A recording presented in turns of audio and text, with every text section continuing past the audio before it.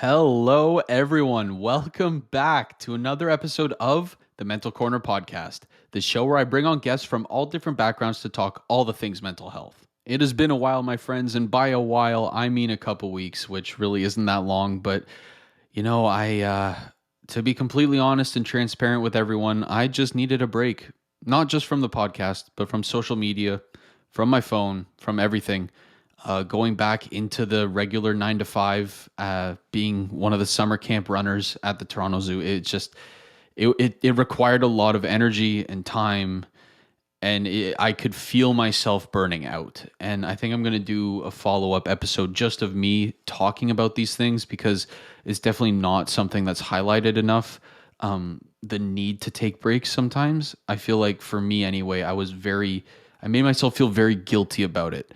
And the second I started feeling guilty about it, the second I realized I need to take this break because if I don't, I'm going to burn out. So that's done. I feel great now. I feel rested and I'm ready to go. I also want to shout out everyone who sent a really nice message. I really appreciate all the kind words. Thank you for being so understanding. It means the world to me. So, of course, I'm your host, Harry Potvin, and today I have the pleasure of being joined by Ellocin Daz. Ellocin is a comedian, a rapper and songwriter, and the host of Blue is Beautiful podcast. Even before we press record on this episode, I knew it would be one of my favorite ones to record because in the pre-call a couple weeks prior, I could just tell that our energies would definitely match, even if it was through a Zoom call. And you know what? I gotta say, I think I was right. We cover some great topics, some really important subjects, and Ellison is just not only such a great person to talk to, she's incredibly funny and has so many stories to tell. So you've got a good episode here lined up. So I want to shout Ellison out and thank her again for coming on and having this discussion with me. It was so much fun. Now, before we get started here, guys, you know the drill. If you're listening, please like, comment, share, subscribe, give 5 stars if you're on that podcast platform. Share with someone who might want to hear this episode. It's a really great one, and I can't wait for you to listen. God, it feels good to be back. I'll talk to y'all very soon. Have a great rest of your day. Peace.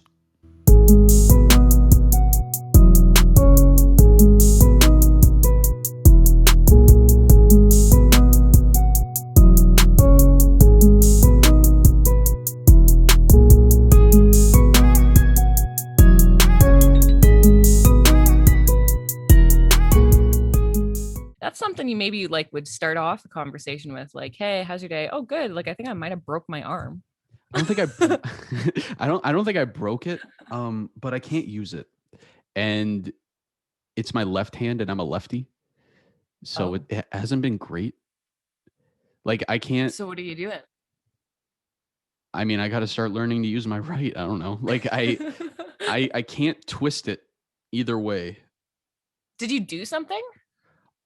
I honestly, and this is so stupid, I think it's from basketball because I'm not a good basketball player at all. Oh. Like I'm nowhere near it. And But you but thought you were that day? but that day I was training like I was Steph Curry. Like I had like an hour-long workout where I just would like go to the top of the driveway, sprint all the way down and shoot like as hard as I could. And I guess I tweaked something because for an hour it Huh. felt great. And then 2 hours later, I couldn't move my arm. Maybe And it's just tired. it could be. It's like, dude, you're not an athlete anymore. Let it go. It do, like do to you do you type. miss swimming? Um, yes and no. I miss the team travel. I miss the team environment. I Yeah. miss racing and the feeling you get when you're on the blocks and the crowd goes silent. I miss that. I don't miss the training. Mm. Let me rephrase that. I don't miss the training, but I miss how it humbled me. And I think I made an Instagram post about this. Is like because I'm not in sport anymore. I don't get physically humbled by anything in the Mm. sense like I'm you can work out on your own, but I never pushed myself to the point where swimming did or what Yeah. Muay Thai did when lockdown wasn't so crazy. So I kind of miss that. I miss like coming out of a workout and going like, man, I ain't shit. But like feeling good, I miss Yeah. that. Yeah, but Yeah. I don't think I could ever go back to 8 to 10 times a week. I don't think mentally I could get there. But when you were in university, because I had a scholarship, I played volleyball, and I now whenever I play, it's fun, but I can't play like I used to and enjoy it the way I used to, because I love competing. Like I love, everyone just wants to kill each other in a nice way.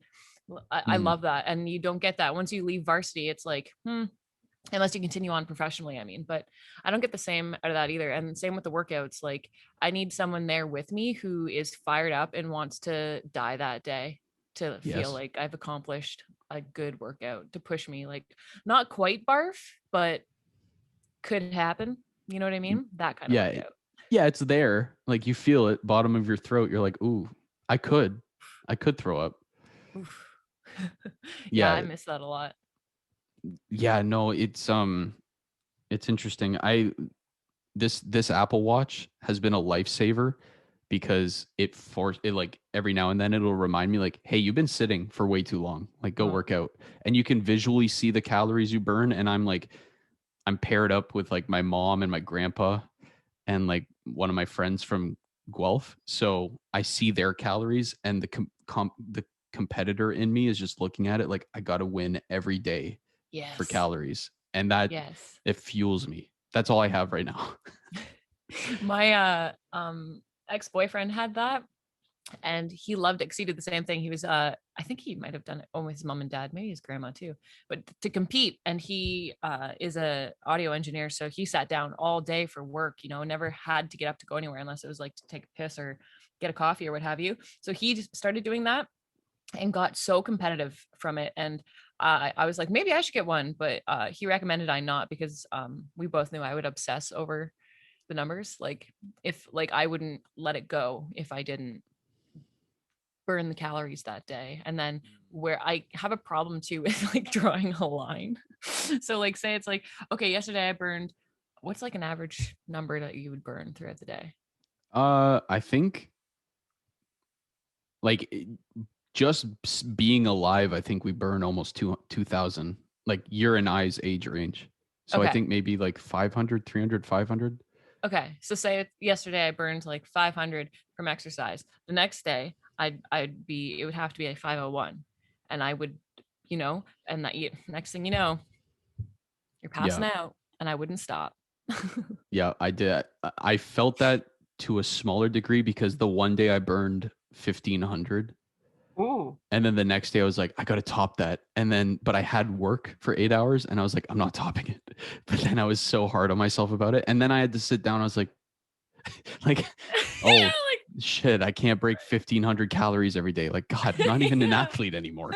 Yeah. Right. Life balance does need to happen. I forgot. Oh, right. That's a thing. You have to find balance in everything. It's tougher than you'd think. Yeah, definitely. Where'd you go to school for volleyball? Niagara College. Mm. Do they have a Yeah. good volleyball team? They did. I don't know what it's like currently. But when I was there, we were pretty good. I think we won se- third or second in OCAA, which Hmm. is all of the colleges in Ontario, which is not bad, but it's a Damn. smaller school. So like, what it is like. But yeah, it was fun. I loved it. I loved training. It was so fucking hard, and I always got in so much trouble because I was also undiagnosed, right? So my life was a total shit show um up until like a year ago, not knowing what the hell was going on inside my head. So it was hard because I misbehaved a lot and I Mm. was late for a lot of things, or would miss things, like not hand things in, and like because we had homework for volleyball too. So that was hard, but the training of it was awesome because I got to gas myself, right? And Yeah. compete against everybody. Well, and it's also like a mental escape from your dark pit. Yes. 1,000%. Yeah. I still need that. Like on the days if I don't exercise for a couple days because I don't know, I don't need it or something like that. Um, I go down the tubes so fast. It's Yep. like I have to move that energy. If I do nothing, I just feel like a sack of shit. And I also do you do this too, where if you don't work out for a couple days, you look at your body and you see a different body because you feel like shit? Yep. Do you know what I mean? I Like know I'll work out exactly what you mean. 2 days in a row and I'll hit the mirror and be like, oh fuck, like we got some stuff going on, and then I'll miss it for 2 days, and I'm like, oh my god, like, no one's ever gonna love me. I'm so fucking fat. Like just totally delusional. But that's how I feel. I just get so happy when I exercise. You know what's hilarious is within that span, your body looks the same.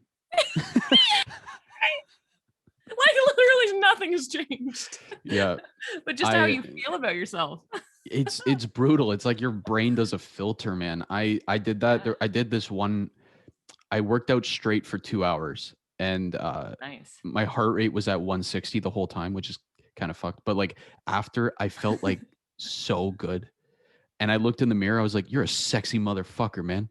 And then the next day, I woke up and I looked in the mirror. I was like, "You're such a piece of shit." Because I just woke up late, and I was like, "It's the same body, man." Like it was 12-hour difference. Yeah. I don't know what the fuck that is, like why we're so hard on ourselves. Probably deep-rooted trauma, let's be honest. It's always that. But it's delusional.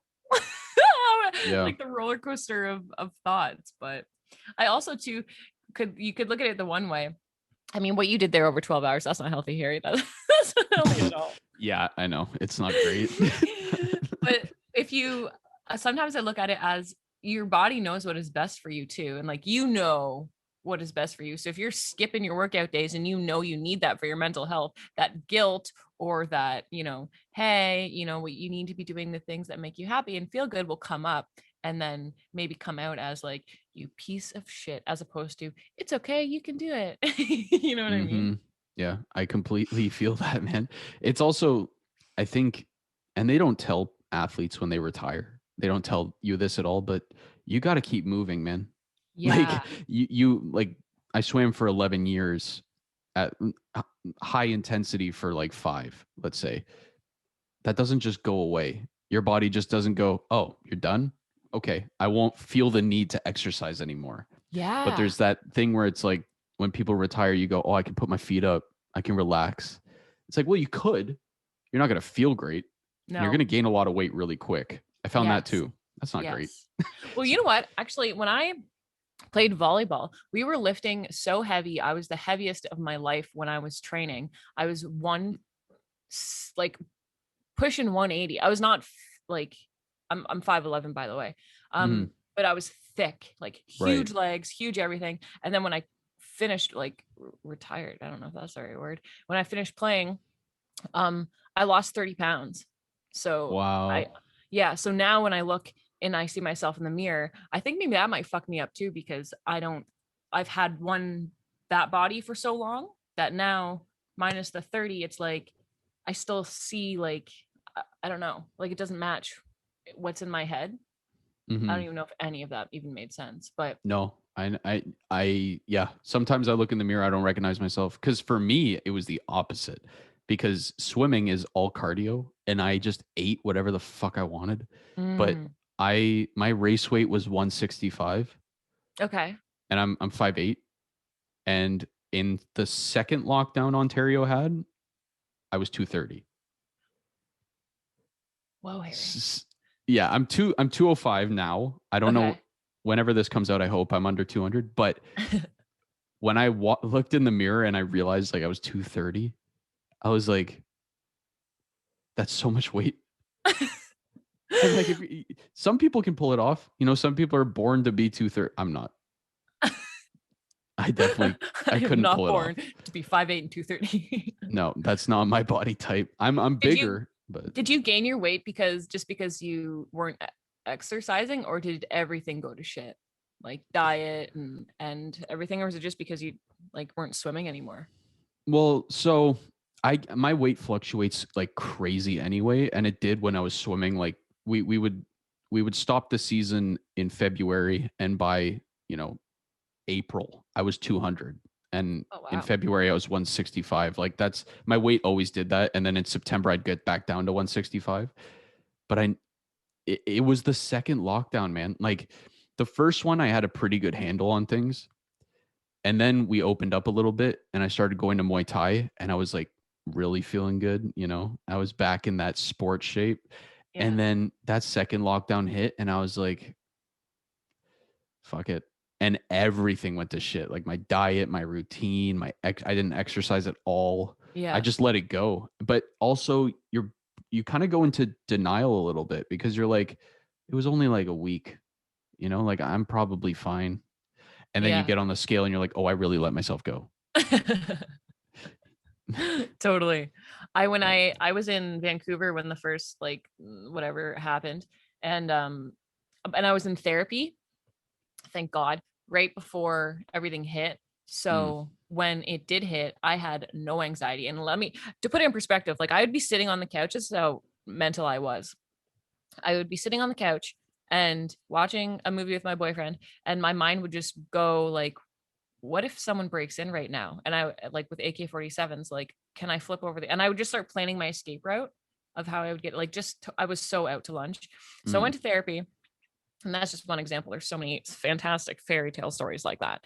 mm. And, and then I went to therapy, crushed it, got like solved a lot of the root issues, and then boom, the vid happened and everything shut down. And I wasn't even fucking worried in the slightest. I was like, whatever. And people started posting online about how like memes of beached whales and like large what's like large any large animal being like, oh, me after this lockdown ends, because people would be drinking so much and not exercising, having nothing to do, eating whatever they want, can't go outside, can't do shit. And I saw those and I'm like, not a fucking chance in hell that's happening to me. Like, no Yeah. way. Because I know exactly where I'll go mentally. So Mm-hmm. I did the opposite. I quit drinking.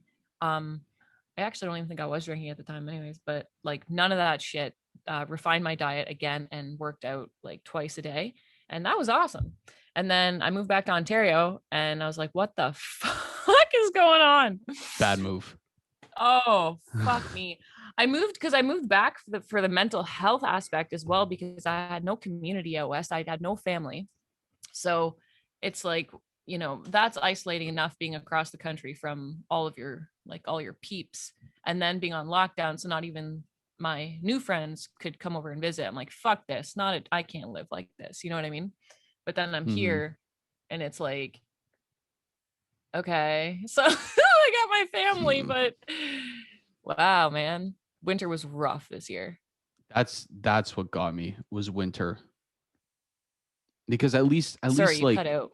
oh, I said that's what got me. Was winter was what got me. Like at least in the fall and in the summer, you can go for a walk, you can go for a run, you can get outside, you can whatever, and you feel motivated. That vitamin D Hmm. hits you. Yeah. Ontario winters Yeah. suck, bro. Oh my God, it's the fucking worst. Like, I'm sure it's worse up north and what have you, other places, but it's fucked up here. Yeah. It's like, yeah, I can't handle it. I could deal, maybe I could deal with the snow and the godforsaken like freezing cold temperatures, but it's the fact that the sun is out for 3 hours. I'm exaggerating, but there's no light. So Yeah. you wake up and it's dark, and then it's 3:30, 4 o'clock, and the sun starts going down. And it's like, what the fuck do I do now? And 6 o'clock comes, and you're like, well, I guess I should go to sleep. Like, what the fuck else am I supposed to I do? didn't realize how big of an effect that took on me until this lockdown when it went back to long hours of sun. And I came upstairs after recording and it was like 9:30 p.m. and it was still bright. And I was like, I feel really good right now. Yes. Yes. I That's get when I the exact realized. same way. Yeah. So before this lockdown, did you get the winter blues at all ever? Or was it just this one that you were, were terrible in the brain? I mean, I kind of had the winter blues all year most of the time. Fair. So I never really like noticed the difference. It was like I hate myself similarly throughout the seasons. But I It's not mean, funny, but it's... no, it's not. But I mean, you know, I'm sure it had an effect. I'm sure, especially at I university when like exams are in the middle of when snow is like 4 feet tall. yeah. So it's like, I hate this. Yeah. Take away my sunshine and my vitamin D. give me a very difficult walking route to school and driving route, and Mm, freezing cold temperatures. I love it. I love it so much. Fuck that me. is the perfect combo. Yeah, I get anxious. And this is something I actively have to work on. Like it happened to me last week. It started creeping in. I looked outside. I'm like, fuck, winter's gonna be here soon. And we're in June right now, right? Wait, you said that when? Last week. Okay, in fairness though, last Friday snowed What? where I am. I had Are you snow. kidding? Yeah, I swear to God. Where are Yeah. you? Uh Port Perry, but at the zoo the zoo's in what? Scarborough? Just a little off of Scarborough. It snowed last Friday. What is going on? Yeah, I was kind of upset. It was Oh, rain at first, and then it turned to snow halfway through the day. And I looked outside. I was like, and both my shoes that day, that's when I found out both my shoes had holes at the bottom of them brilliant. because my feet were just soaked all Oh my day. God. I was like, this is great. Great.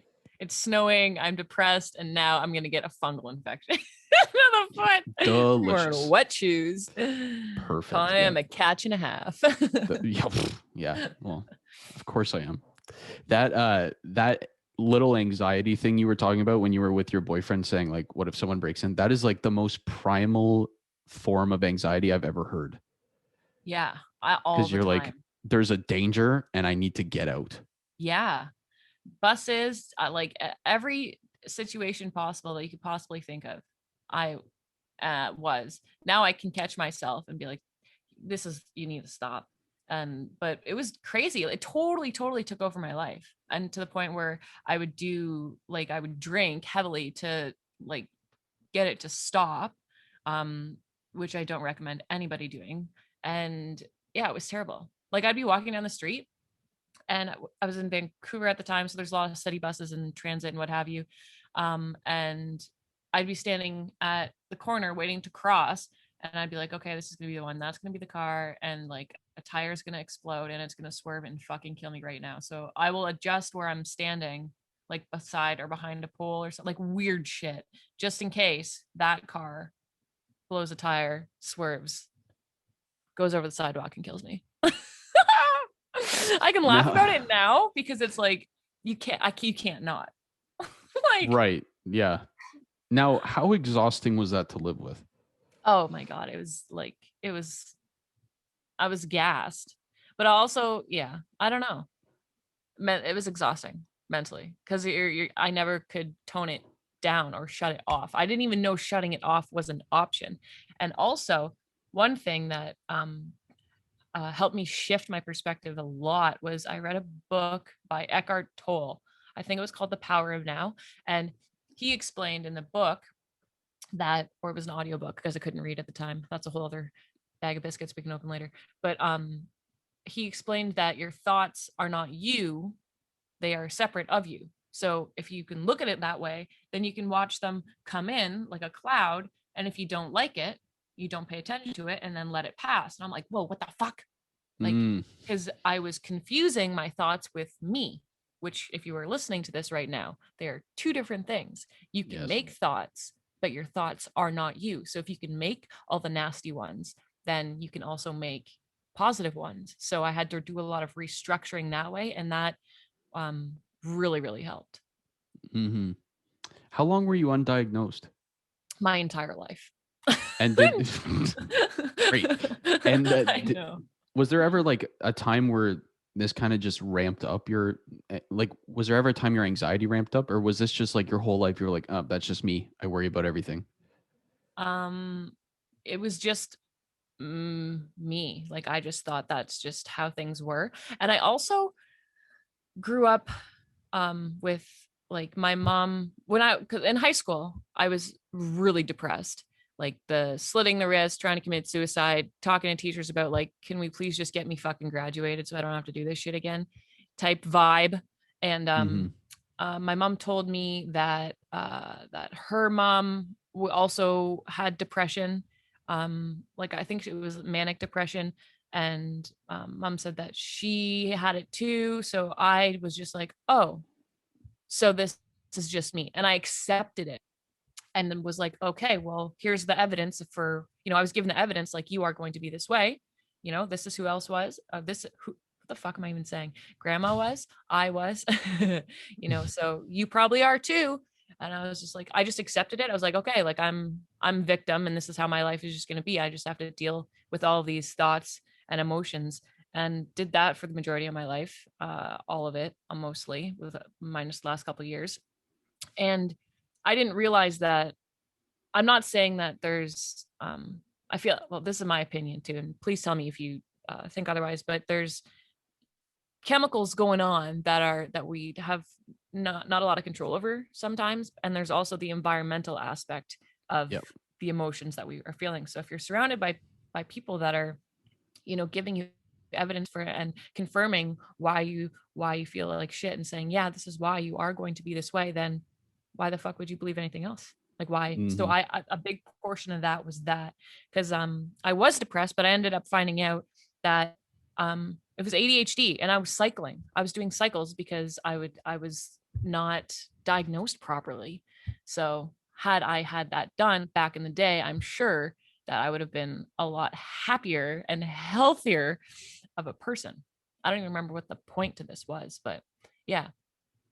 Yeah, what a crazy life I've had. I can't even believe it.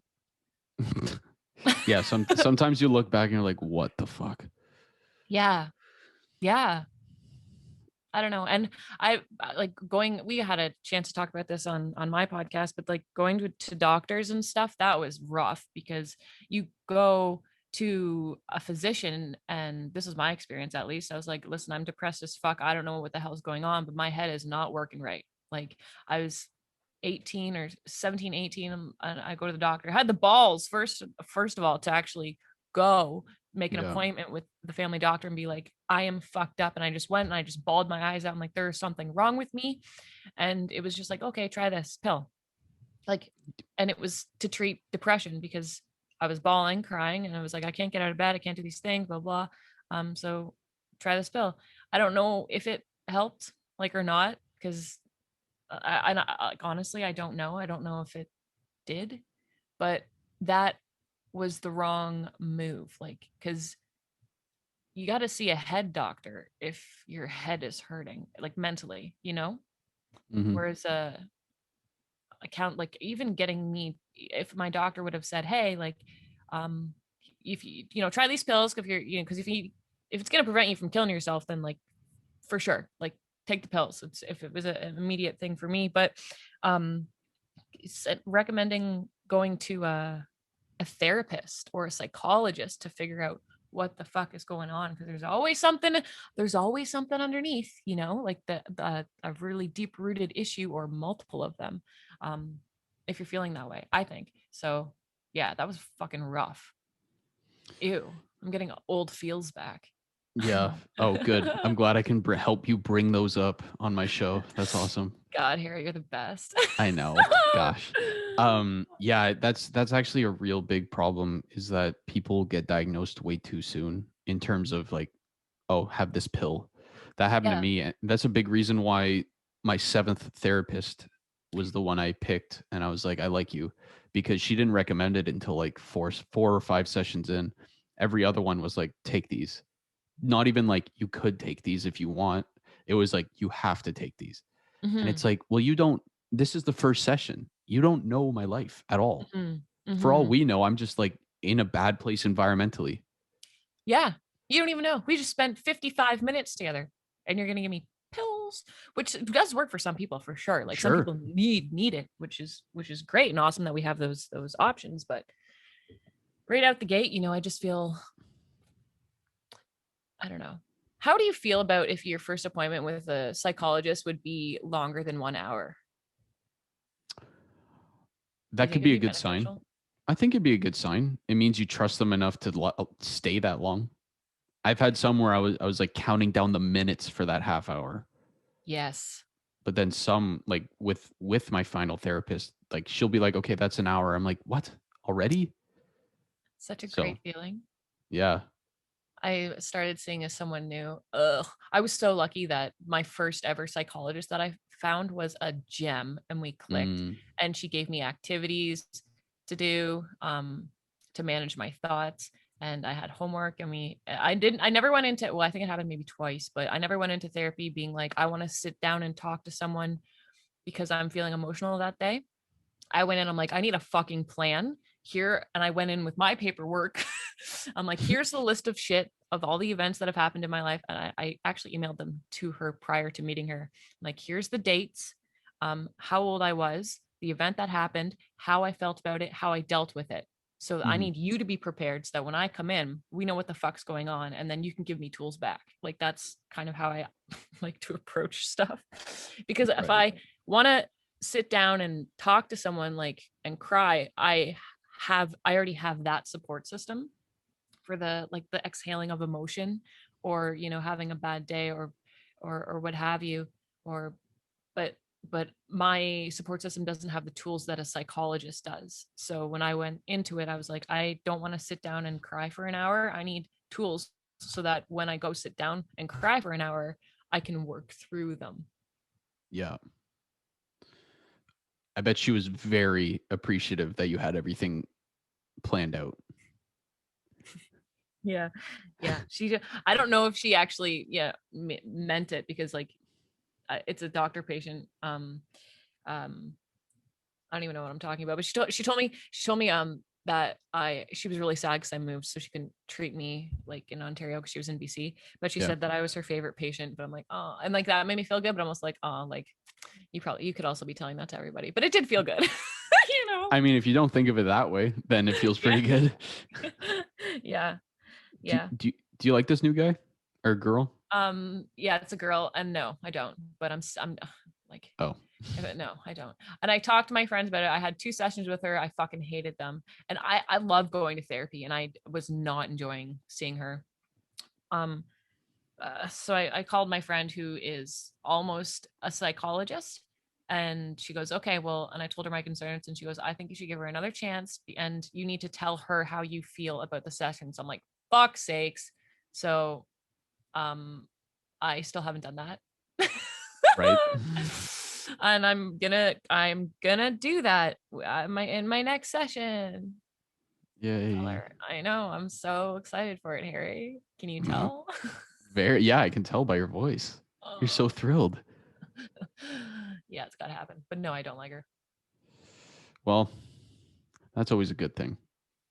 But isn't like meeting a new therapist, it's the fucking worst. It's literally like dating online. They're both equally shitty.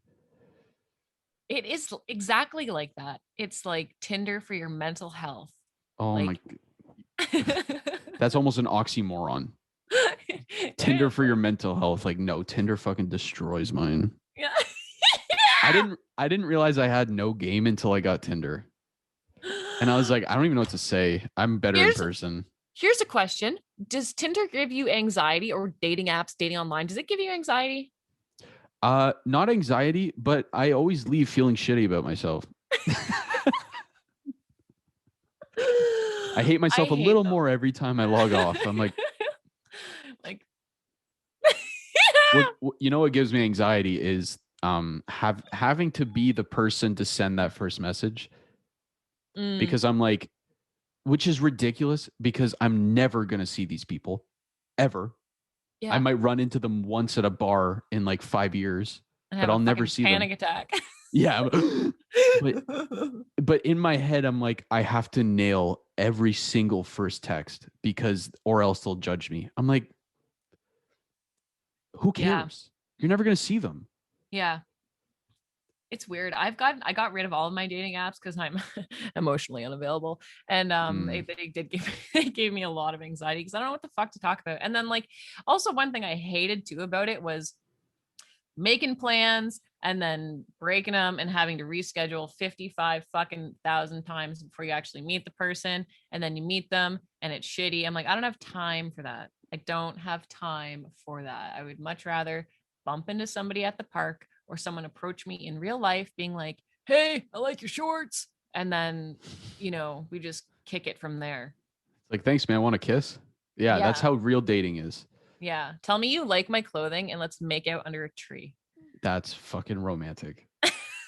Man, I've had that where we planned a whole night of skating in Ooh, Guelph. I was like, let's go skating because it was winter and yeah. she seemed pretty cool. The night of, she left me on red.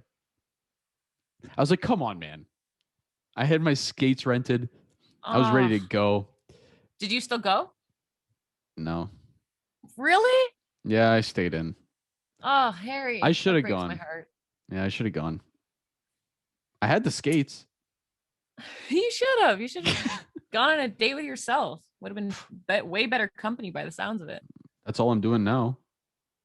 Been Dating yourself? dating myself for like a year. Yeah, I'm Well, dating myself too. that's not true, but there was like a month stint that didn't mean anything, but I hope she doesn't Fair, hear this. fair. I do that shit on my show all the time. I'll just start going off and I'm like, fuck, I hope this person never listens to this episode. Like, I please. mean, chances are they won't, which is always good, but Yeah.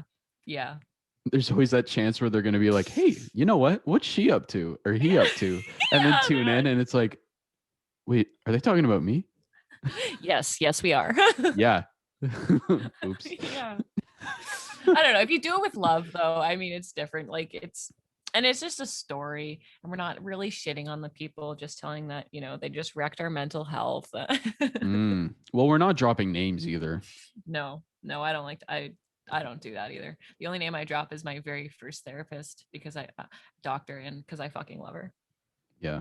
Shout out Those th- to Andrea. Andrea, what's up? You're a real one. Yeah, she's a real Man, one. the first 6 therapists, they're lucky I don't remember their names. I'd be dropping that here and there. I'd be like, "This is him, this is her." Fucking Bill, you're not gonna believe it. Yeah. Oh, this guy fucked up. Man, my first experience with therapy, and I say my first experience was in university in my first year, but there was a little stint when I was in grade 8, I think, because I was such an angry kid. So my parents were like, let's put him in anger management. And I did. And it was me in grade 8 with this like 65-year-old man. And I was like, there is nothing here we can talk about. Yeah, Like we are on completely different wavelengths. yeah. So he was like, how's school, buddy? And I was like, I hate Fuck this. you. Yeah, like shut the fuck up. How about that? Yeah, that would be rough. I did that when I had to find my psychologist. I specifically looked for someone who was um young and not too long ago out of school, like within a couple years, because I wanted them, when people get out of school and after they've been there for 10, 15 years and they apply everything that they've learned, like all the tools. I Yes. wanted that and someone I could relate to. But I also know people who look for someone older who has been in the field for longer. But to me, I'm like, are you just using the same tricks you prefer to use because you're comfortable in your job? That's what I was worried about, like Mm-hmm. applying the same set of things or like what they prefer as opposed to like all of the things they just learned and they're excited because they're like getting out of debt. You know what I mean? They're like, I'm gonna Yeah. fucking cure you, and I'm making money, and they're fired up. That's what I wanted. And so that's kind of what I looked for too. Because what am I? You talk to a 75-year-old person about like your teen angst? Mm, Yeah. Especially if like they're the other gender and it's like yeah, completely different experience. yeah, yeah. I feel the same way too. I much rather talk to a female psychologist than a male. Yeah. But everyone's probably a little different though. Well, yeah, everyone is different, and that's important when you're looking for therapists. Like I found after all those tries that my most successful therapist kind of person Yeah. is like an old lady. Huh. She's got that motherly vibe. I fuck with that. Yeah. Yeah. Yeah, totally. I think a lot of people do too, just with the like that maternal thing that women have, bless us. That people feel comfortable opening up because it's like a mom, Hmm. your mom figure or what have you. Yeah, especially in that moment. Like I always had my mom, and she's always been great. I love my mom. Shout out. But Hey, mom. hi mom. But I didn't have her in uni. Like she was a text away, but Yeah. it wasn't the same. Yeah. You need to feel that maternal thing going on. Totally. Totally. It's like a sense of a safety almost too, and comfort whilst in Hmm. therapy. Yep. Yeah. Yeah. For sure. So I want to go back to relationships Yeah, because let's do it. I think we covered this in our pre-call. You had an episode of your show and I listened to it and I really liked it. It was Thank driving you. back from Ottawa and you were talking about abusive relationships. Yeah, So let's get into that. sure. Let's do it. Where do you want to start? Uh Oh, well, where do I start? Uh I know. your experience with them. What's up? Let's Yeah. start there. Okay. Well, mine was kind of fancy. Oh, and for the you guys who are listening today, I my podcast is a music, mental health, and comedy podcast. So I talk about my mental health issues in a comedic way. So I have no idea how I managed to do an episode about abusive relationships, but make it entertaining to listen to. But it helps me cope for Mm, sure. But it was terrible. I didn't realize the relationship I was in was emotionally and psychologically abusive. So I didn't even know really that I was in it. And the relationship started off really great, like amazing. Like I was like, oh my God, I'm marrying this kid and he's gonna put a baby in me. mm, Like it was unbelievable. And then as a couple months went by, it was just like uh, I felt like I didn't understand what was going on. I was doubting everything that I was saying because I was getting gaslit, um and always doubting whether my memory was right or not, because everything I would say, it would be, no, you never said that. No, this is what you said. Do you even mm. remember half the things you say? Wow, you're all over the place all the time, aren't you? Like just little things like that, but when they stack up, and it's from someone you love, I was really starting to second guess reality, like just as a whole, because I'm like, how in the fuck do we go from this unreal baby making love, hand holding adventure to this shit? It just, I didn't, I couldn't wrap my head around it at the time. um and then yeah, just the emotional stuff, like and the screaming. Like I've never grown up in a household or had anybody ever in my life, luckily, scream at me. So to me, when I see that happen, I instantly associate it with violence because Mm-hmm. I didn't, like, I've never been around that. So that hurt a lot too, because yeah, like, and door slamming. I would be in a Zoom meeting for work, or in a course, and I'd be in it like you and I are doing right now, and then he'd come home from work and like be screaming and like slam the door, throw shit, and I'm like, while I'm in the kitchen doing something like this right now, with Mm. no regard for whatever was going on in my life in that moment. So yeah, it was a crazy time. I'm really happy I got out, and I did go back. Did I go back twice? I don't even remember. Went back twice too, which was crazy. Um, and I talk about that in the podcast episode too, because you always think, like, unless you're in it, you're like, why the fuck would you go back to that? If someone's Mm-hmm. treating you like shit, if your friend was an asshole to you, you'd cut them the fuck out. If Yep. if if someone, it was a stranger on the street that did that to you, you would call the fucking cops. So why the fuck would you go back to that relationship? And what I found was that even though it was a bad experience, there were still so many great things, and I still empathized with him because I knew what he was going through. He was taking it out on me, so I empathized with the fact that this person is in pain. So and you think you can fix things, or your partner, but it's like the work has to be done on their end for themselves, in order for anything to change. And I just started, like, I launched my business, like, fuck me, like, I can't be, respectfully, I can't juggle running a business, juggle my mental health for myself, and then help out a partner to the degree of help that this person needed at the time. So it was heavy, Mm. for sure. And after that second time that you went back, what was finally like, okay, no, I can't fucking do this. um it would get, because I think it's because things would get good for like a week. Hmm. So we would separate and then, have some time apart, come back, things would be great for a week. And then I think, well, I don't even remember if there was like a moment where, oh, my work started suffering.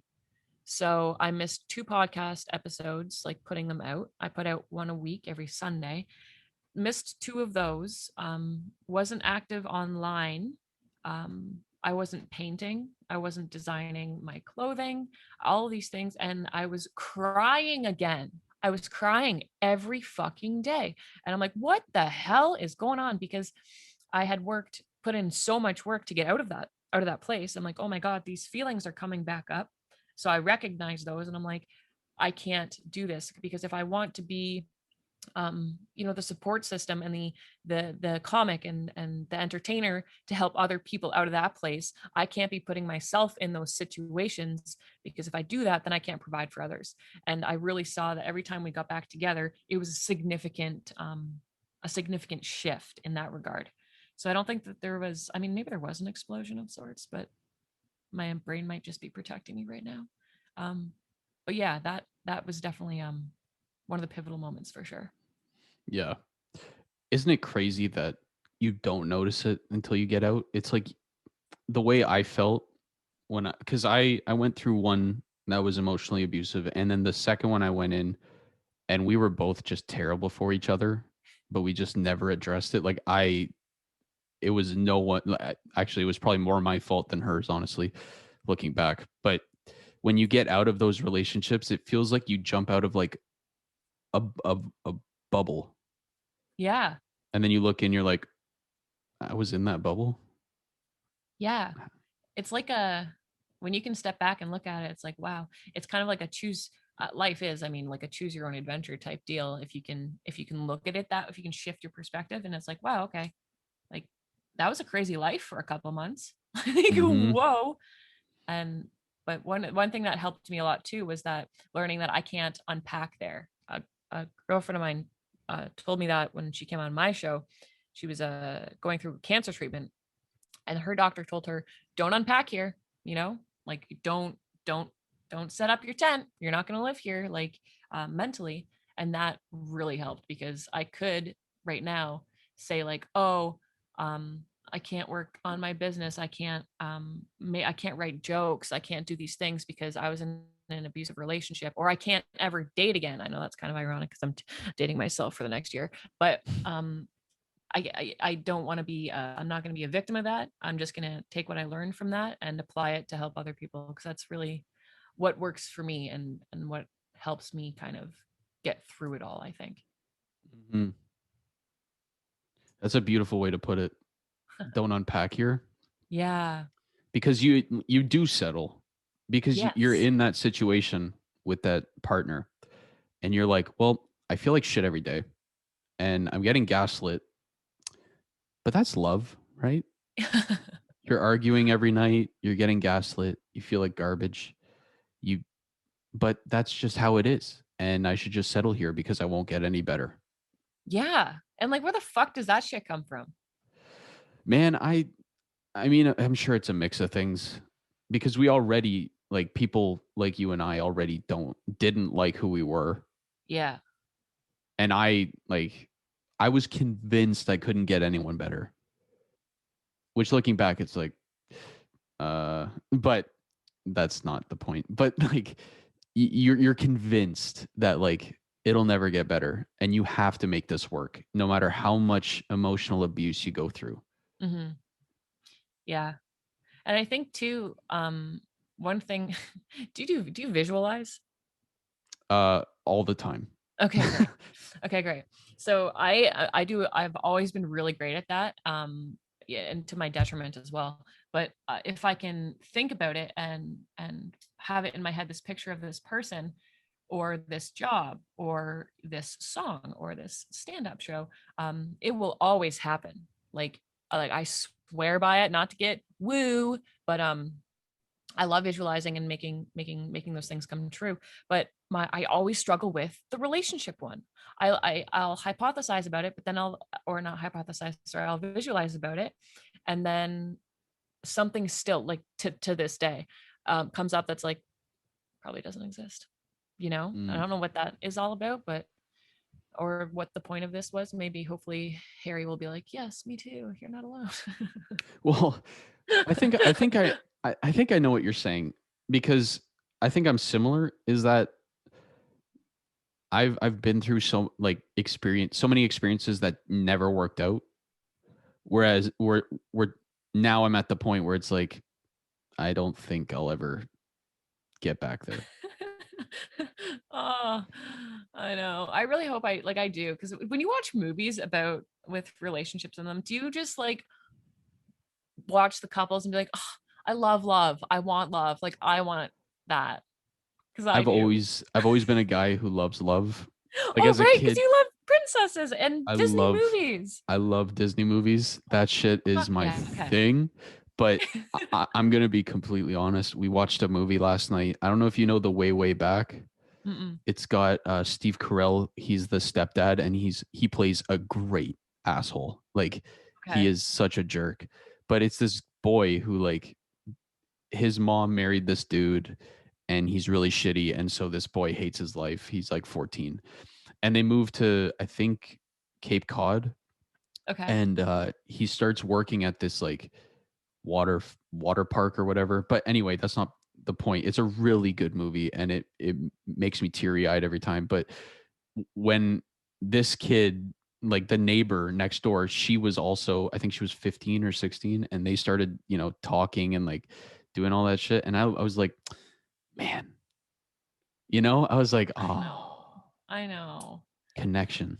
I know. It's like And there's then I something wake, about having that ride or die. Sorry. yeah, no, no, you're right. It's like having someone on the same page all the time. It's like my partner in crime. Yes. But then the next morning you're like, never mind. Yeah. Because maybe it's because we put these, like, I don't know. And if you're listening to this, don't listen to anything I say. But maybe we put like these unrealistic expectations on relationships because of movies. Do you know what I mean? Sure. Where we actually think it's just a fantasy, or are we selling ourselves short because we don't believe we deserve better? I don't know which one it is. I think it's a bit of both. I don't I Nice. don't I don't know if I I don't know if I necessarily like, I think the whole fairy tale thing is a little unrealistic. Like, you can get that, and I know people who like are happily married right now from high school. They've been lovers like forever, and they fight but not really, and Yeah. they've never had a problem, and they're on the same page all the time. I think that's possible. Sure. I don't think that's the reality for most of us. Yeah. I think we have to go through a lot of ups and downs in relationships to finally find someone where it's like, yeah, we can vibe, we can mesh. But that whole, you find someone and they're the one immediately and you're connected forever. I think believing that that's going to happen all the time is kind of why a lot of us don't jump back into it, because we're like, I didn't feel a full spark. I matched Hmm. well. I've had that where like I'll go on a date and we vibe really well. And then I'm like, it wasn't like a fairy tale. And I'm like, Right. it's fucking bullshit. Like, thinking that way. But also, I think we do deserve better. I don't think settling is the right move either. Because Hmm. I've done that too, where I've been on a date and I'm like, I didn't vibe really well, but she was really pretty and really smart. So, I mean, I could make it work. We don't have anything in common, but I could make it work. But Yeah. I don't think that's fair to you either. Yeah. I'm really glad that we both don't do that anymore. Well, no, I actually, I did that recently. I think it was, I'm not even going to say the date, because if they're listening, they know who I'm talking about. But uh, I was in it and we didn't really have anything in common, and she didn't get my humor. She got Mm. very mad when I made jokes. And Oh. to be completely fair, half my jokes aren't funny. Like, I'm not a, half the time I'm pretty funny. I'd say I nail it in the head. And then half the time it's just like, oh, that was a joke. And it's like, well, no one laughed. Even I didn't. I just said it. So, in fairness to her, half of them weren't funny. But still, she didn't get my humor. We didn't have any of the same interests. That's rough. And it was like, I was like, you know what? Maybe she could be the one because I'm willing to put work in. But like when you have nothing in common, do you really want to put that much work in? Explaining yourself after every time you make a joke or you something interests you, like you can't sell Yeah. yourself that short. Yeah.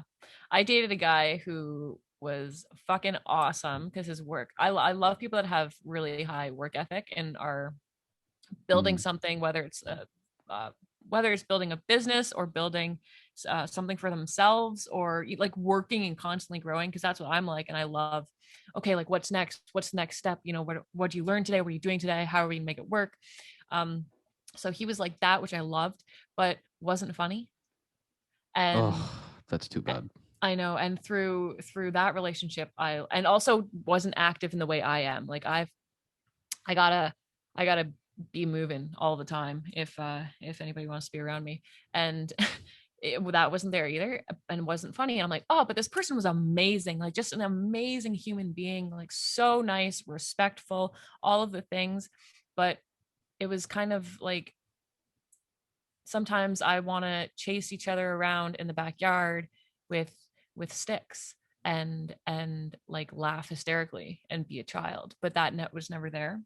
Mm, So that too, which I'm grateful for learning through that one relationship, is that humor definitely has to be present. So I feel your ex or your date on not having that connection over humor, as sad as that is. yeah, yeah, no. I mean, not everyone wants humor, but I think that's the beauty of not going on a ton of dates, but like experiencing things, whether good or bad. You eventually figure out, okay, this is what I want.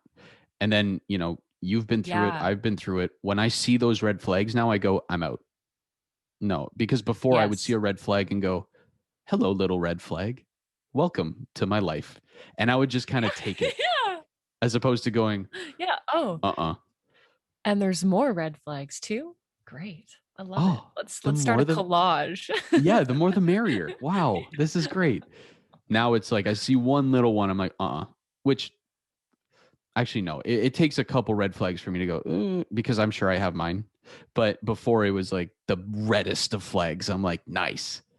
That's what I want. Yeah. Bring it on, man. I can't fucking wait to have a I love a meltdown. challenge. I love a challenge, bro. Oh, Yeah. God. Oh, that's funny. That's really So funny. so if you so if someone's listening and like, I don't know, let's say they're in a relationship kind of similar where they're like, oh wow, maybe I am getting gaslit a lot, or maybe I do feel like shit. How, because that first step, that first like, hey, this isn't gonna work for me, just like anything else in life, is so hard. So Hmm. how do you make that jump? Um, be honest with yourself. That's what worked for me. Um, like sit down by yourself, take a minute, run the situations through your head, and think like, okay, if I stay, how does this make me feel? If I stay in this relationship, is this going to be bringing out all of my greatest qualities, or am I gonna fucking hate myself? Am I gonna constantly have to adjust the person I'm being with, or can I be myself all of the time and get like be real though? Like if you get that gut feeling, aka a red flag, Harry loves them. If Mm, you get that feeling, um, you got to act on it, because if you don't, nothing good happens. You'll learn a ton. I mean, that's a positive, but you're going to learn the hard way. When really, I feel if you just take the time to sit and listen to yourself and get real with yourself, then it makes it easier, because you'll be like, okay, like this really is what is best for me. And although it is the hard choice, um, generally speaking, those are the most important ones to make and be true with, I think. yeah. So just buckle up, do it. Yeah, yeah. Your body usually knows what's good if you really listen. Like for Yes. me, it was like I would get like this blush go through me where it was like I felt flushed. And I was like, there it is. My body senses a red flag. Yes, exactly. I get that it's in my stomach. It's like right away. It's just like when Mm. it could even be like via text or whatever. Because I put the feelers out there sometimes. Like I love flirting so much. I love it. It's so much fun. Yeah. And I do it like everywhere I go. I just tell people that I love what they're wearing or what they look like because I like it and it makes people feel good. And Mm-hmm. then if it's over text and someone flirts with me and it's like in a way I don't like right away, it's like, no, okay, we're done. Still talk, but I'm like, nope, that's not an option for me anymore. And then next, like not next, that sounds bad, but like that sounds really bad. You have your clipboard with names. You're like, next. Nope. Sent a Oh text man. that made my stomach feel weird. Okay, so I'm gonna put you over here now. Yeah, you're in the no pile. You're in the no, you're in the red flag pile, bud. Um but yeah, I don't even remember what the point was. I just fucking dug myself into a hole there. But I'm dating me for a whole year, okay? So that's the important thing we're gonna take away from this one. Is that the goal? A whole year? Yeah. I haven't said this out loud except for to my mom. But I'm gonna put a little comedy skit out about it on Instagram because that's the life I live now. But I told my mom I'm not having sex for a year, and I think I Mm. actually am gonna do that because like there's something too about like getting that energy back. Not I don't know if this is appropriate for the podcast, but like the Sure energy, it it's is. like an exchange of energy, you know. And Mm-hmm. I feel like I need to kind of preserve mine for a bit, not for religious reasons or for anything other than like let's just get everything else in where it needs to be. That's a terrible choice of words. I, but like mentally and emotionally get things in line so that that And can happen. physically. And yeah, Yeah. Yeah. take some time off. We'll see how it goes. I mean, But yeah. good for you, man. Honestly, you don't want like with everything that's you don't want to rush. Mm-hmm. Mm-hmm. I think that could be a problem is that once we get out of this, people are going to settle really quick because they're like, I don't know what's going to happen next. Yeah. Like So I I better have, start fucking and getting married. yeah, both at the same time. Yeah. At the wedding. With the That's priest not there. appropriate. Oh, yep, Yeah, sure. Let's put him in. Why not? But yeah, I have friends who like they're moving in with their boyfriend of like 4 months mm-hmm. and like moving out of the province or the country with them. And I'm like, that you don't know them. That could go terribly. It could go great, sure. But I just think people are I rushing fucking because, did that. well, oops. Learned a lot though. There you go. Hey, maybe these people will learn a lot too. Why not? Yeah. It's a Oh, terrible idea. if you're listening and you're doing that, good luck. Yeah. I do wish the best for you, like honestly, with all my heart and soul. But Of course. Of course. And so I know. when you when you so you have a music video out. Great transition. Whatever, man. It is what it is. It's okay. I like having the uncomfortable conversations because that's when we learn the most and when other people learn the most from us. So it doesn't Yep. bother me. My There face you is go. getting red though. I get that too because you can't tell because I have a white light. But when I go to the bath, like look in the mirror after, my face is like a fucking tomato. You know what? When we recorded our episode for my show, wow, that was a lot of stuttering, unnecessary. When we recorded the episode for my show last time, I saw that you get the red Yep. blotches creep up. It's Is that awful. is it? Does it hurt? No. Do you know it's happening? Yes. Oh. You just feel like you're going hot. You're getting hot. That's it.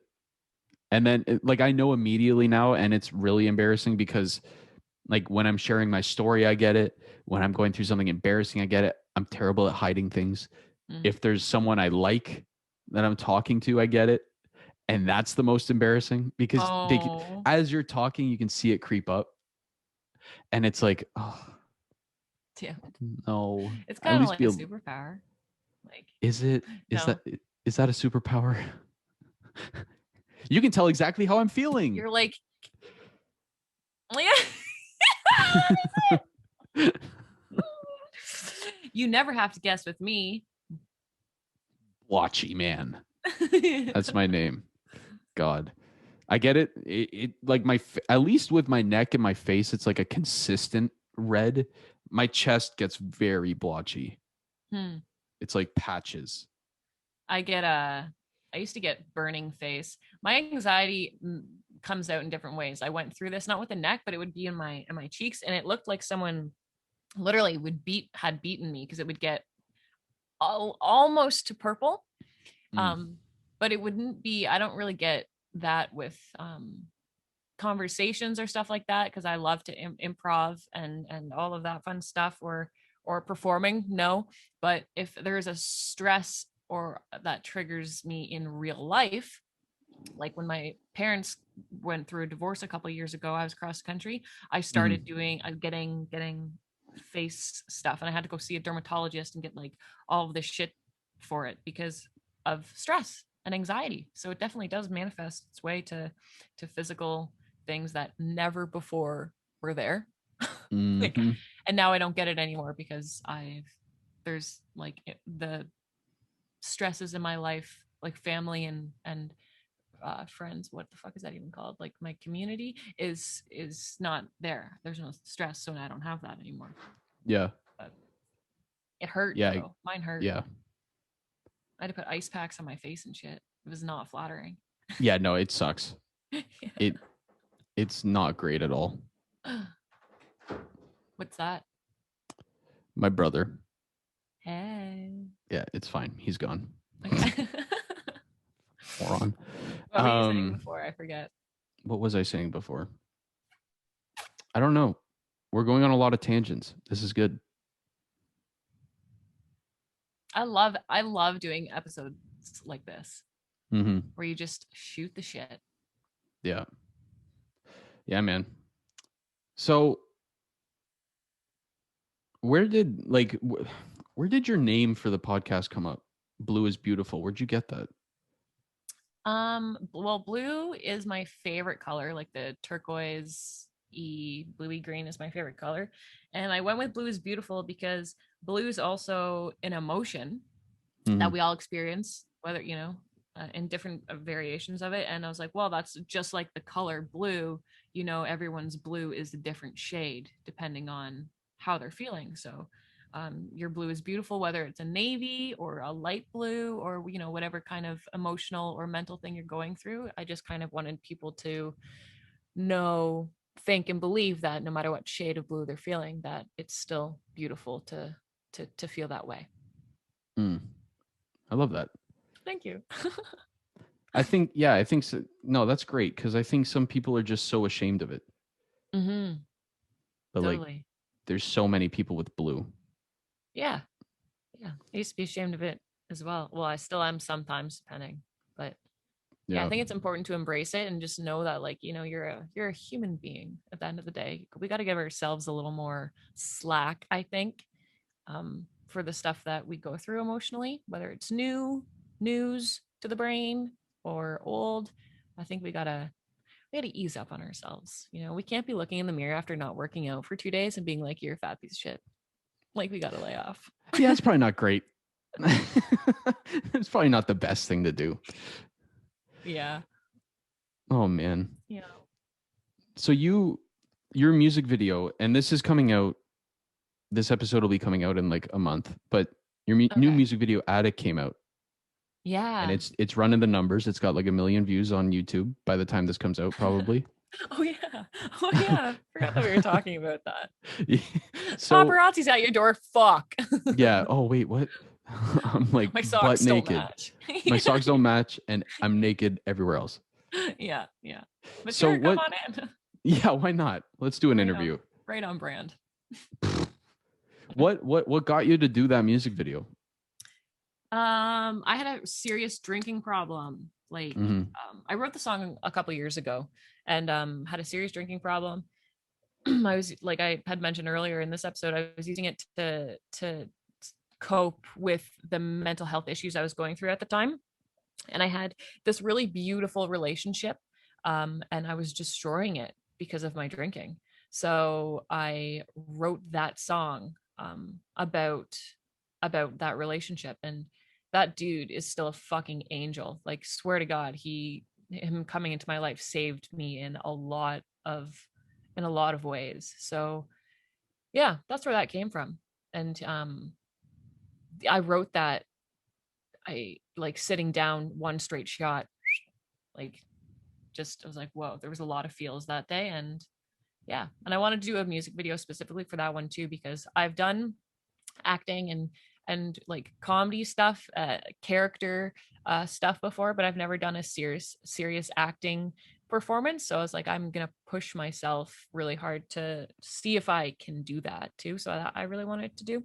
So yeah, I wrote the song.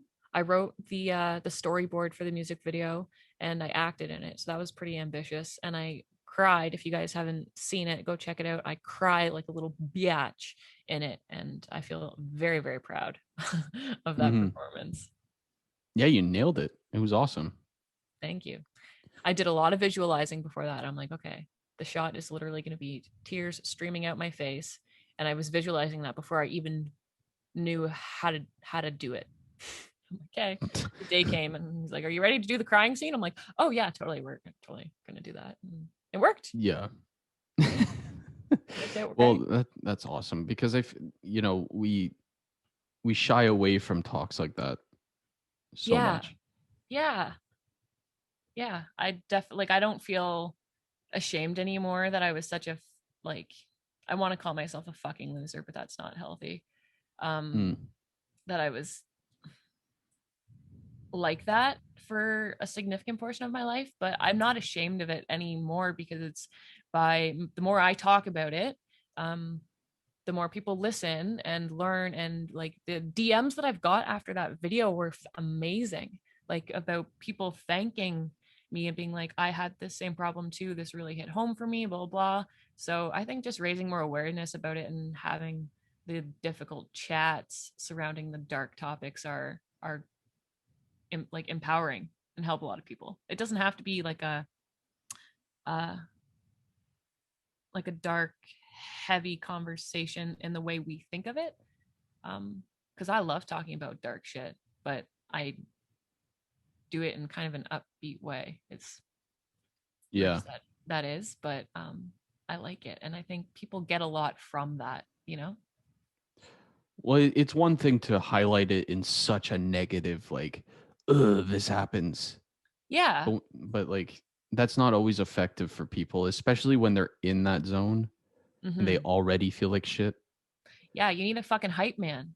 Yeah. Like, yeah. Be like, listen, I was there too. You know, I was going through a lot of the same stuff. So let's fucking go. Life is so great. Like, let's Let's go. go. Let me Fuck. show you.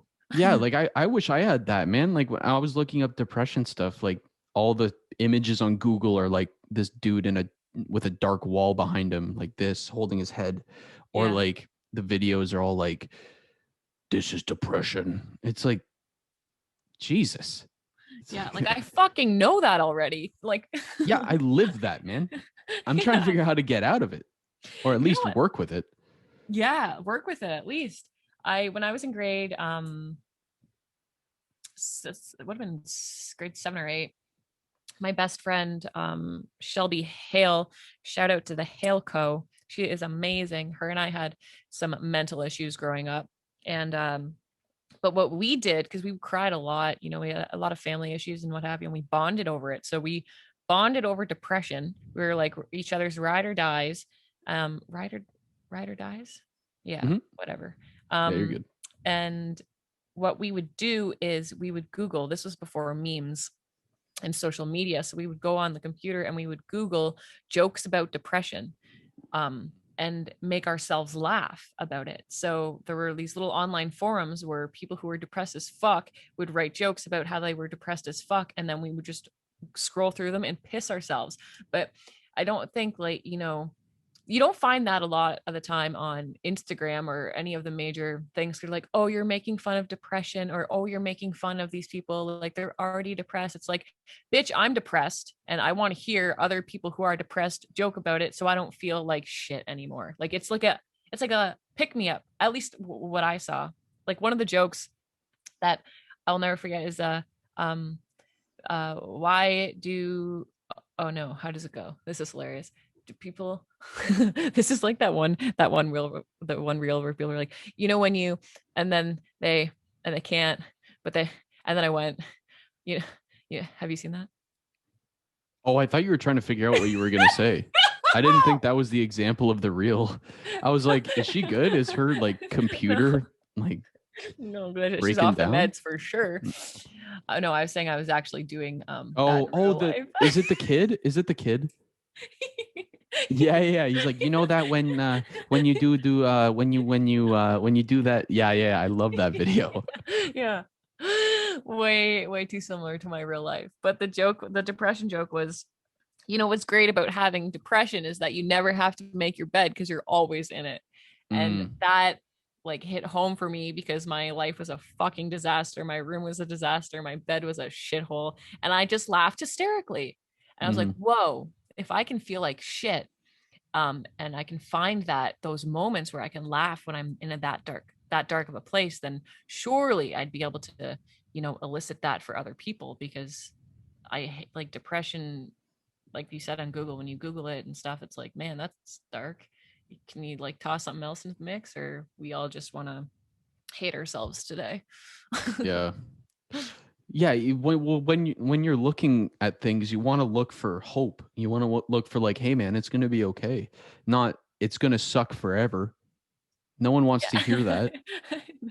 No one's looking on Google about like depression or, PTSD or anxiety or anything, bipolar. They're not looking it up to go, how shitty is this going to be forever? Yeah. No one wants to know that. Tell me how shit my life is gonna be until the day I die. I just Yeah. want to know so bad. Yeah. Like, Like, no. People want to, like, hey, do other people go through this? And then when someone goes, yeah, it's fucking shit. And like they joke about it, it's like, okay, so it's not terrible all the time.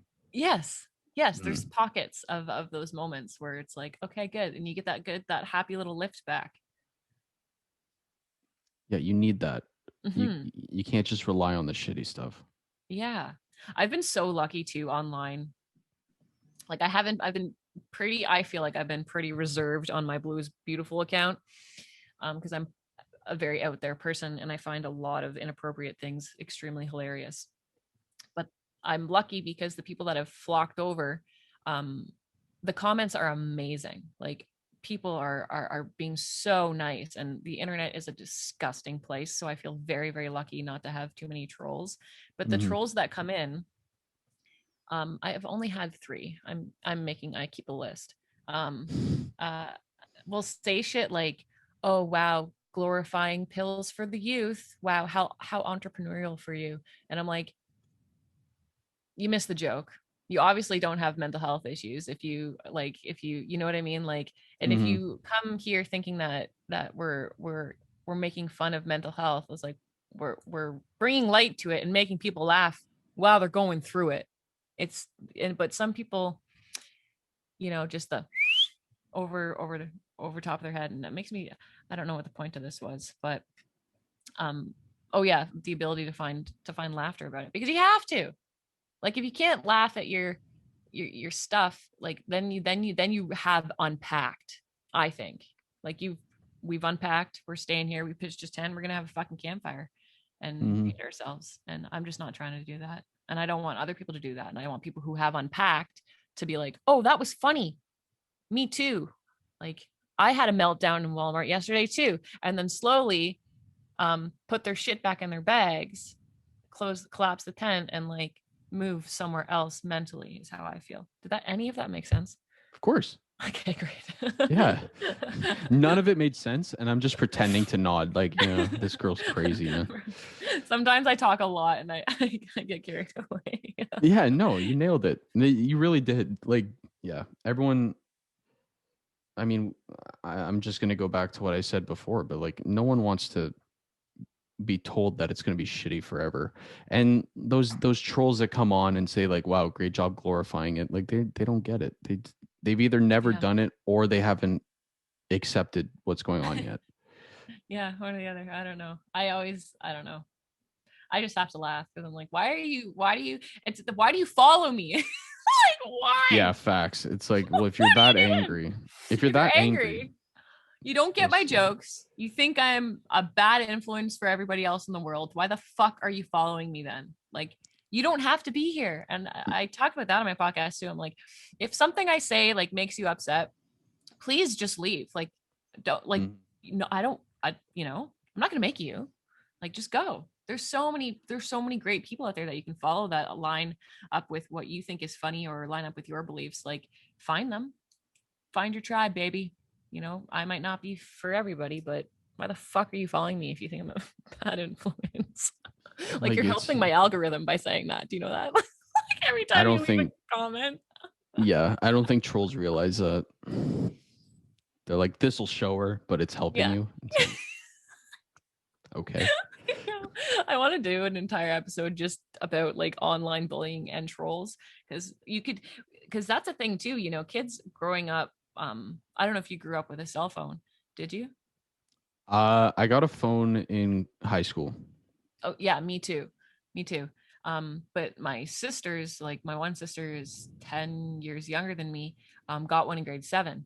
And it's crazy how different we are regarding social media.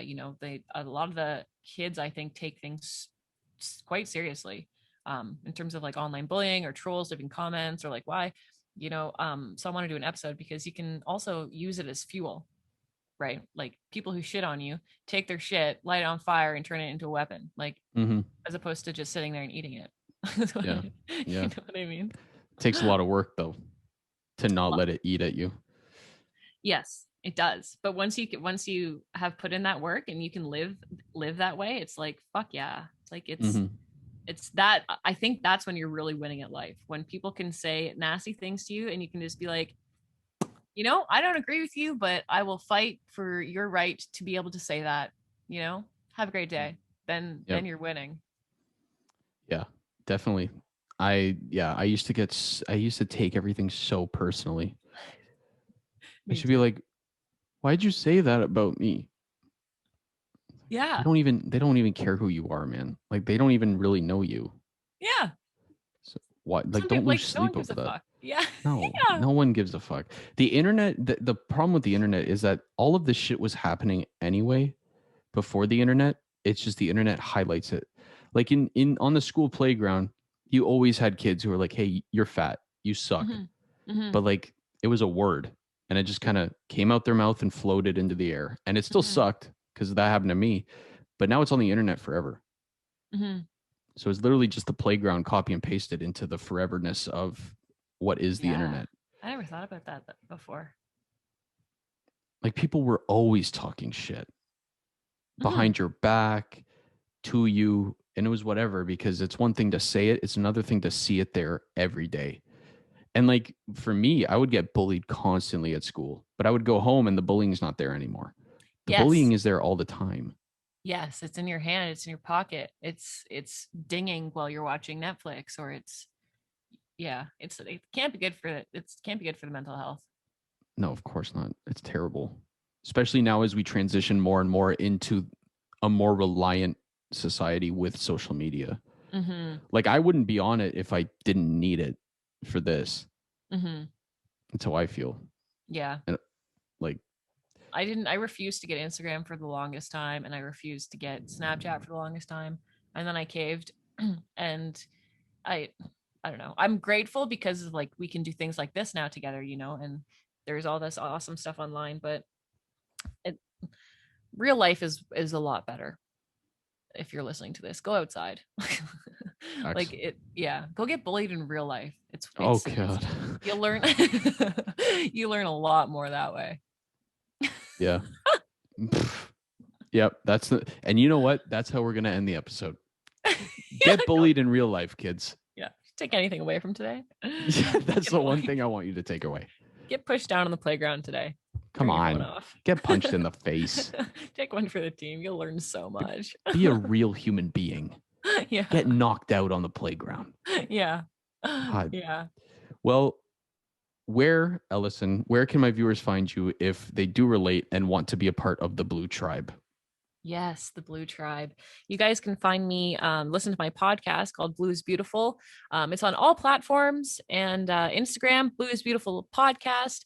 That's where I post most of my comedy stuff. If you want to see nicer pictures of me, basically is what my other account is, and stuff related mostly to music, it's at Ellocin Daz, which is ELLOCINDAZ. And yes, I also have a store online right now. I still haven't announced this to Instagram. I'm days behind on that, but I have a store on my website, ellicindaz.com, and I'm donating a portion of the proceeds of everything from the store to Camp H, which is the Center for Addiction and Mental Health. So if you guys want to support that too, you can visit my website, and make sure you guys leave a 5-star review for Harry's podcast as well. He wants 5 stars, and he wants you to say thank you for the bullying advice. Yes, that's exactly what I want. Well, Yes. I will put all those links down below. Thank you we got to get you back on, because I could have been talking for another 4 hours. And That's exactly how I felt when we did our episode. I was like, Yeah. Can you just book yourself back in, please? Yeah, no, we'll have you back on for sure. I'm hoping that eventually it can be in person. Same. Because Zoom is just, I'm getting it's getting a little old for me. Yeah, I'm really grateful, but I'm getting pissed off is how Yeah, feel. I'm grateful too, because like I would never be able to talk to half the guests because they're in like Europe. Different country. Yeah. Yeah. But for people where it's like, oh, you're in Ontario, it's like, God. Yeah. You know? Yeah. What we should do one time is book a campsite, because you don't need internet to record. So we could book a campsite, That's set facts. shit up, spend some time in nature, and then we could just rotate. If we got like a couple guests that were like, oh, like let's all go on each other's shows, and we'll go camping, take turns in the recording tent. I just made that up, but do you want to do it? That is a great fucking idea. Oh my God. Okay. Well, if you're listening, this is our preview for the camping podcast. Holy shit. I like that idea a lot. All right. Well, Well, see you next weekend. yes. See you tomorrow. Anyway, thank you for coming on. I appreciate you. I appreciate this conversation. This was a lot of fun.